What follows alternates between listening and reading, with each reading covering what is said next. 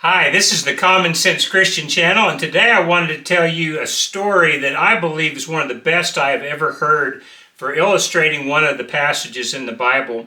As a matter of fact, it's actually three different stories, but they all involve lions. And I wanted to start with a passage in 1 Peter chapter 5. It says, "Be self-controlled and alert. Your enemy, the devil, prowls around like a roaring lion, looking for someone to devour."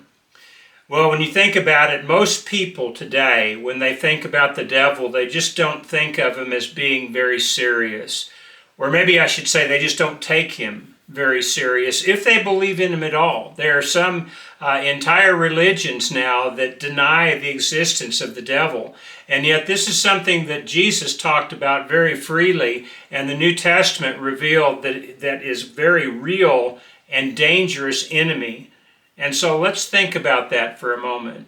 We're used to the old cartoon characterizations where you've got one cartoon angel sitting on one shoulder and one cartoon devil sitting on the other. One's encouraging you to do the right thing and one's encouraging you to do the wrong thing. And the one that encourages you to do the wrong thing, well, he's just kind of with it. He's kind of the party guy. He's the one everybody wants to be around, whereas the angel is always kind of the wet blanket.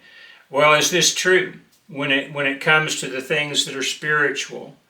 Is the devil somebody who is on our side, who just wants us to have fun? Or is he, like the scripture describes him, as an enemy, like a prowling lion looking for someone to devour? Well, let's look at that illustration of the lion and get that firmly within our minds so that we'll know what God wants us to take warning of.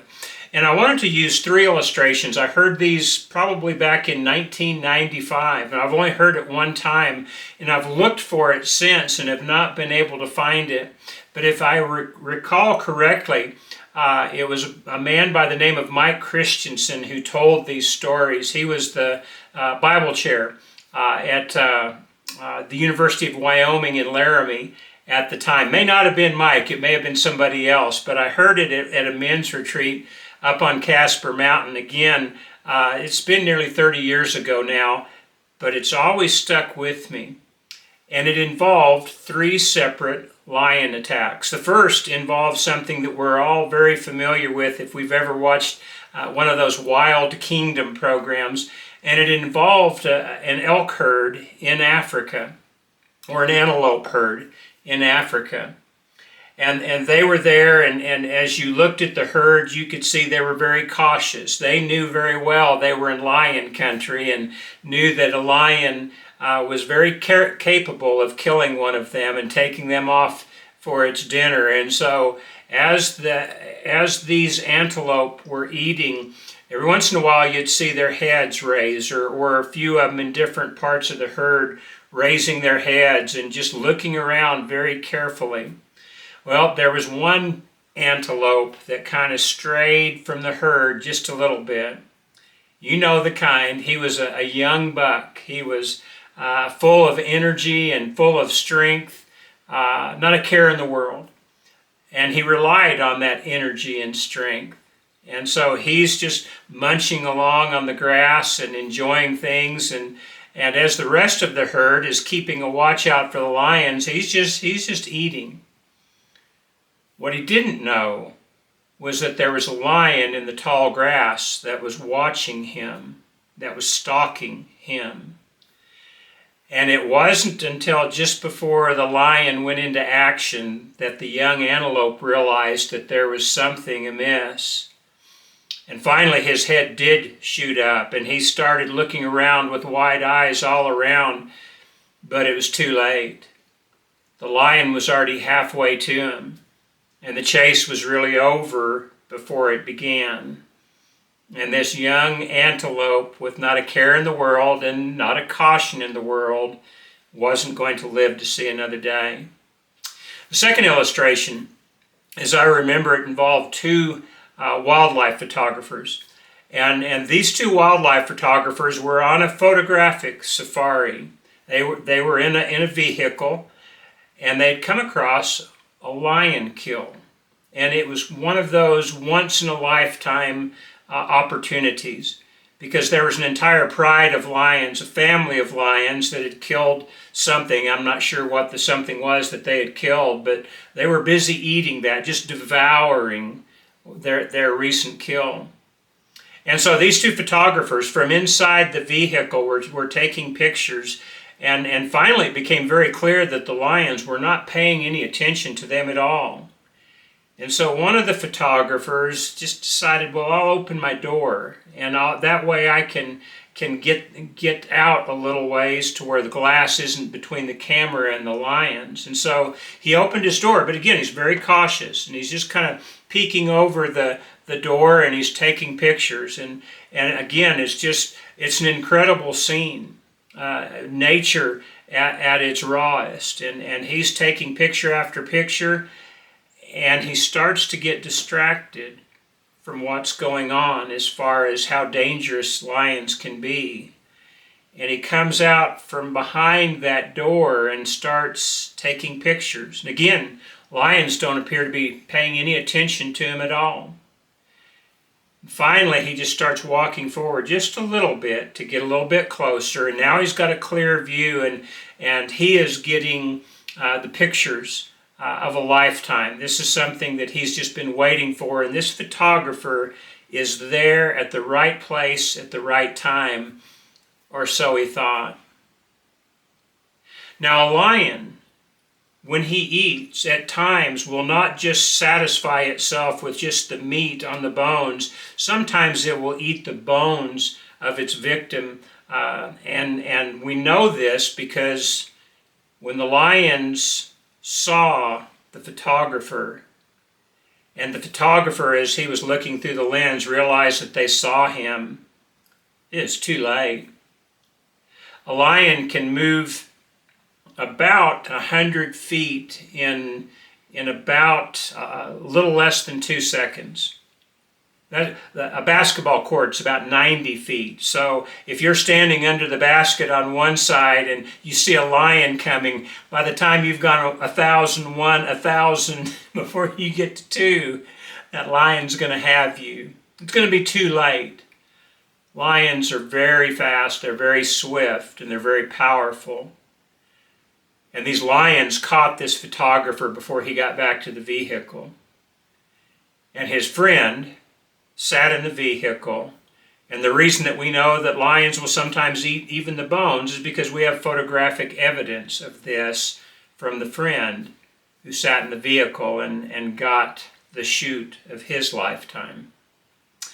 The third incident, my understanding, is somewhere back maybe early 1900s in Africa, and it's a park ranger or a wildlife ranger, one of the very earliest ones. Either a game warden or he's a big game hunter. I can't really remember the exact details on this one, but what I do remember is he was on horseback and he was riding through lion country, and he knew he was riding through lion country. He had a powerful rifle in one hand. He was holding the reins of his horse in the other, and he had a big knife strapped to his hip. And as he was riding along on this familiar trail, he was scanning both sides of the trail, looking for the possibility of lions lurking in the grass. Point is, he was ready, and he was looking, and he was not incautious. He wasn't inexperienced. He was on his guard, and he was prepared, or so he thought. Because what he didn't realize was that on both sides of the trail was a lion. And by the time the horse alerted its rider to the potential danger, it was too late. One lion hit the front of that horse at the same time the other lion hit the back of that horse, and they spun that horse. And when they did, the game warden fell to the ground. And he lost consciousness. And he said, as he told this story later on, that when he finally came to, it was with a searing pain in his shoulder. And as he opened his eyes, it was to the horror of being drugged by a lion into the jungle. Well, the man was able, he'd lost his rifle, but he was able to locate his knife, and he had a very close-up view of this lion's rib cage as it was dragging him backwards into the brush.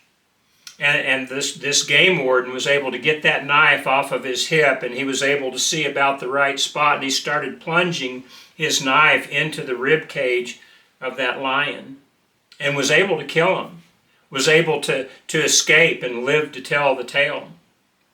And so think about these three stories and think about what they mean in relationship to this verse. Let me read this verse again. It's found in 1 Peter chapter 5, verse 8. Be self-controlled and alert. Your enemy, the devil, prowls around like a roaring lion looking for someone to devour. Resist him, standing firm in the faith, because you know that your brothers throughout the world are undergoing the same kinds of suffering.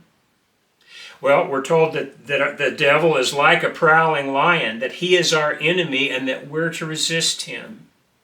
And you think about these three examples. You start with the antelope, and sometimes we're like that young, inexperienced antelope. If we have any concept of Satan at all, it's a very light view of him.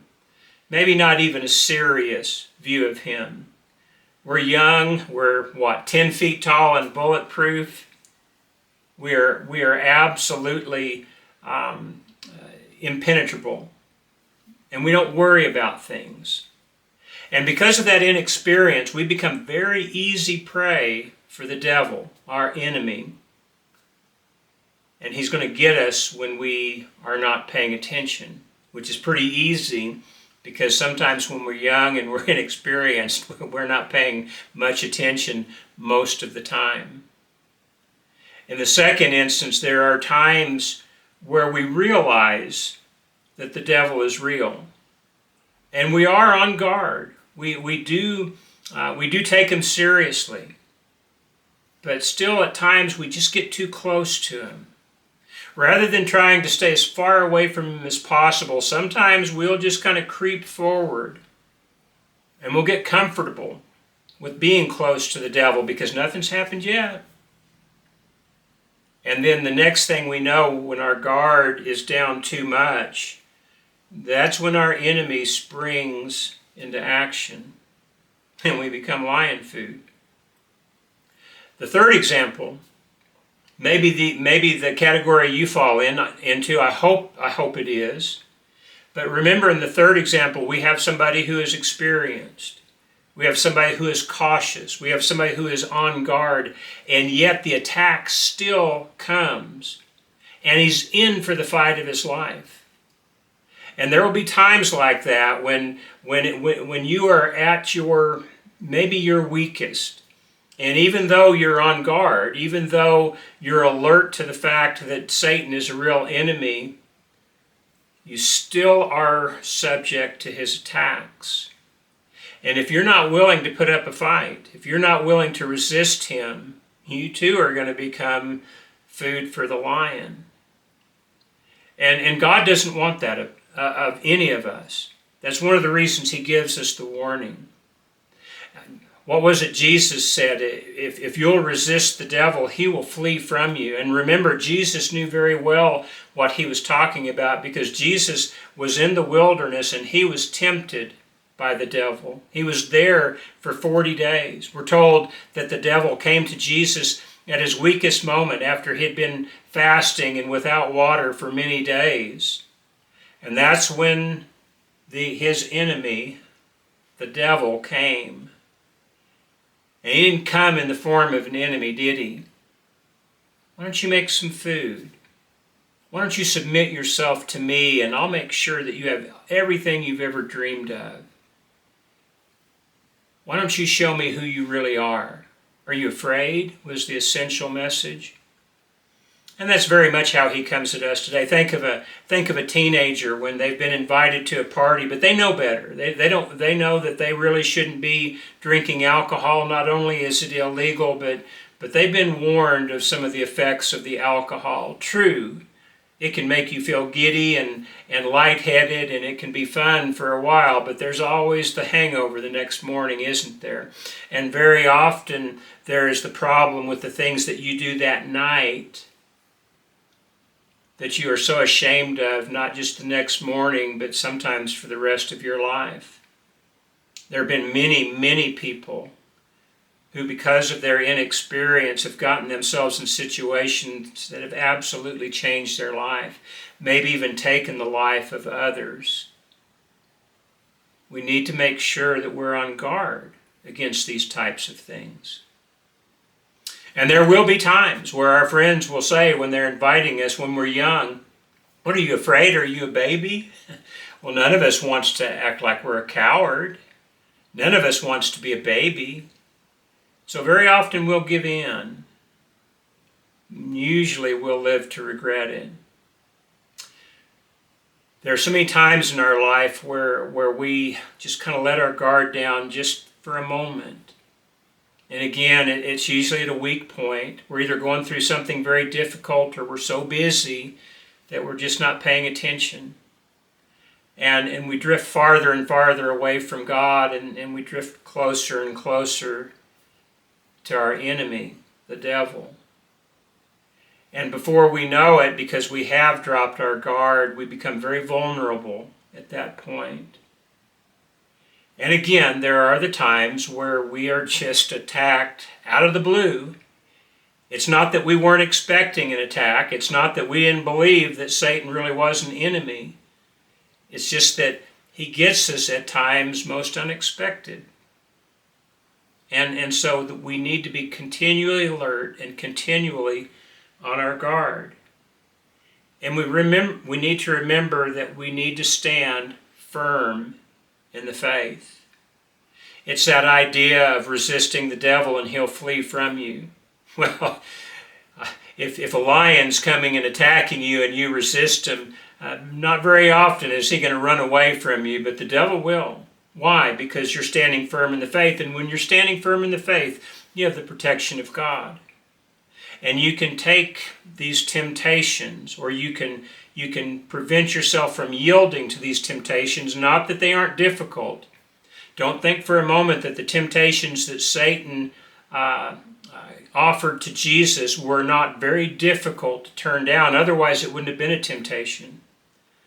But Jesus being aware, Jesus being prepared, Jesus standing firm in the faith, was able, after the time of temptation was over, to just tell Satan, "Get behind me."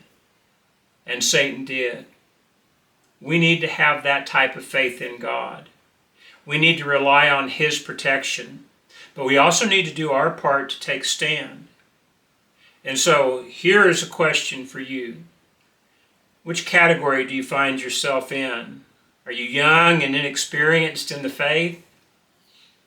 You need to start gaining some wisdom, and you need to start gaining some caution, because you're very much vulnerable at this point. Are you subject to letting your guard down from time to time? You try to be faithful in reading the Word. You try to be faithful in prayer. You try to be faithful in worshiping on the first day of the week. But there are just times where life happens, and it catches up to you. And so instead of remaining firm in the faith, you just kind of waver just a little bit. You let your guard down just a little bit. Well, you're in danger in that category as well. But if you are like the game warden, if you're aware that Satan is a very real persona, that he is very much your enemy, that he has never been your friend, that he seeks the destruction of your soul. Why? Who knows? But he hates you. But you're aware of that. And you're aware that even when there are times of difficulty in life, trials in life, that if you'll just stand firm, if you'll just yield not to temptation, if you'll resist the devil, then at some point he will flee from you, because God will be your protection. The encouragement in this lesson is even though we're in for the fight of our life sometimes, it doesn't have to end in our death.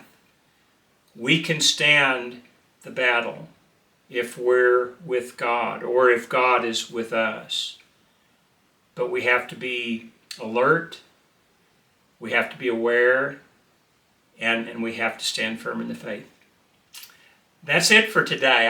It was an interesting story when I heard it. Again, it's been nearly 30 years since I've heard it, and even though I can't remember who told it, I certainly can remember the details of it. It's been something that really made an impression upon me, and I've thought about a lot through the years, and I thought maybe it would be interesting for you as well to give you something to think about, and I hope you will. That's it for today. We're going to end there, but I appreciate so much your tuning in. If this helped you, do me a favor and hit the like button. It'll get it out to more people. And if you have somebody in your life that you'd like to share it with that you think might help them, then do that as well. But until next time, I pray that God will richly bless you as you seek to serve Him to the very best of your ability.